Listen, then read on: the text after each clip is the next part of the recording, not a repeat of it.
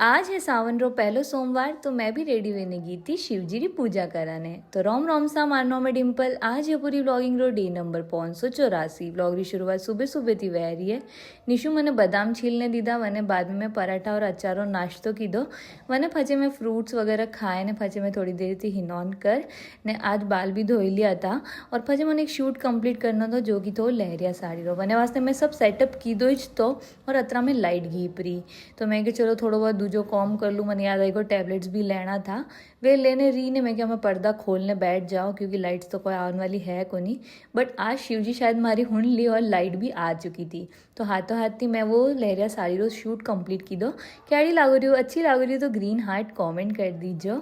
वरने बाद अतरी ज़्यादा गर्मी लाग रही थी कि साड़ी तो चेंज की थी मैं और अतरा में भाभी आया था वे मारे वास्ते वो लेने आया था। मैंने कोई के वो मन नहीं ठाए लेकिन वो अतरो प्यारो तो मारे वास्ते नज़र बट्टू मैंने बाद मैं वे चुकी थी रेडी क्योंकि मैंने जानो तो मंदिर तो मो निकल गया था मंदिर जाने वास्ते। मंदिर पहुंचा तो बट एक पुरानो कुओं है तो साइड में क्योंकि अंदर लोग पूजा कर रहा था तो थोड़ी देर में लोग बारिश हुआ था।